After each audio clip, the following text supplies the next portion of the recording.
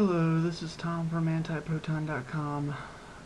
Excuse my appearance. I just got out of a shower. I'm wet. My hair's all curly, and whatever. I tried to type a response, but 500 characters isn't really enough to say anything. I've probably already gone over that in speech. This is a response to Sjerads, Sjerads.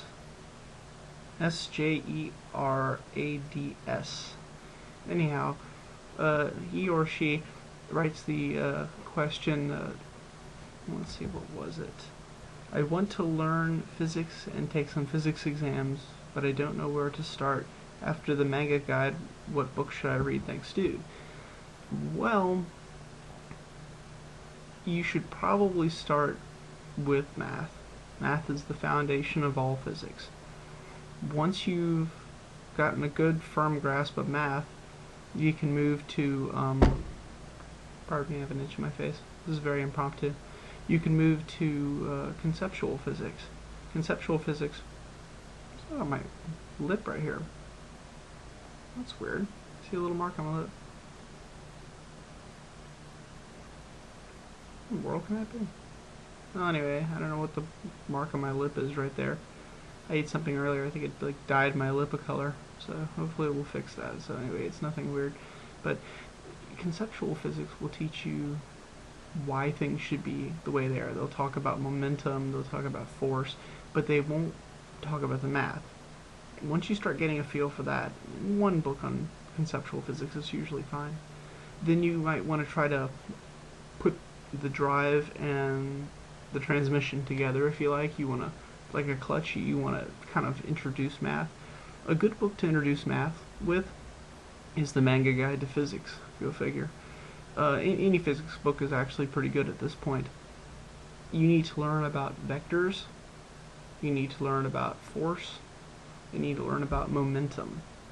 Once you understand vectors, you're pretty close to understanding it all. If you know what change in y change in y with respect to change in x is, if you know dy dx, if you understand that, if you don't, I don't know what to tell you, but if you understand that, then you're almost all the way there, because chances are you didn't get to the point where you understood basic derivatives without understanding vectors. And if you do know derivatives without vectors, go back and learn vectors. Vectors, in the same way that all real problems in the real world have curves and you solve them with calculus, they're not like this, like algebra. In that same way, all things in the real world usually deal with vectors. Not everything. Not everything. That's not really true, but most things do. Like when you're driving a car, you think of your speed. In reality, you have a velocity, you have a distance. The distance. You have a magnitude of speed and a direction that you're going. So that's what I would suggest. If you're comfortable enough to read through the Manga Guide to Calculus, you totally have that down, you got that going, it's making sense to you. And if you know what a vector is, or you feel confident enough with having maybe learned about them before in the past that you could quickly pick them back up again, because they're not hard, then you need to probably get the Manga Guide to Physics, if that worked for you before with the calculus. It's not that hard. The whole point of physics is just to describe physical systems and changes that are in them, meaning like I bounce a ball on the ground, predicting where it will bounce, that sort of thing.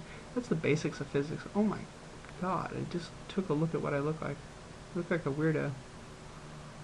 That's what happens when you get out of the shower and your hair's all messed up. I shall change my avatar. There.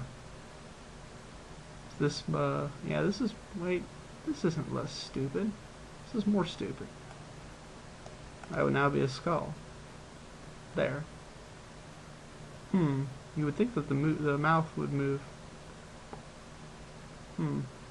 Must work with sound, and I'm not speaking very loudly, so anyway, you get the idea. Alrighty, well, goodbye.